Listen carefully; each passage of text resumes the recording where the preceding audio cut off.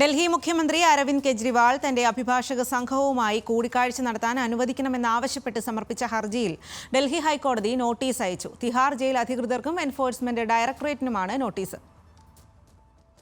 ഡൽഹി മദ്യനയവുമായി ബന്ധപ്പെട്ട് റിമാൻഡിൽ കഴിയുന്ന അരവിന്ദ് കെജ്രിവാൾ തനിക്ക് നിയമപരമായ സാധുതകൾ തേടുന്നതിനായി അഭിഭാഷകരുമായി കൂടുതൽ കൂടിക്കാഴ്ച നടത്തണമെന്നാവശ്യപ്പെട്ടാണ് ഡൽഹി ഹൈക്കോടതിയെ സമീപിച്ചത്.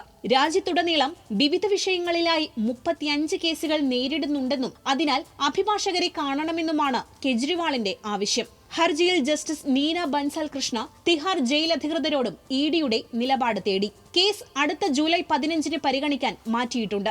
നിലവിൽ കെജ്രിവാളിന് തന്റെ അഭിഭാഷക സംഘവുമായി ഒരാഴ്ചയ്ക്കുള്ളിൽ 2 കൂടിക്കാഴ്ചകൾ അനുവദിച്ചിട്ടുണ്ട്. രാജ്യത്തുടനീളം കേസുള്ളതിനാൽ അഭിഭാഷക സംഘവുമായി കൂടുതൽ കൂടിക്കാഴ്ചകൾ വേണമെന്നായിരുന്നു ആവശ്യം. വിചാരണ കോടതിയിൽ ഈ ആവശ്യം ഉന്നയിച്ചെങ്കിലും ഹർജി തള്ളി. തുടർന്നാണ് ഹൈക്കോടതിയെ സമീപിച്ചത്.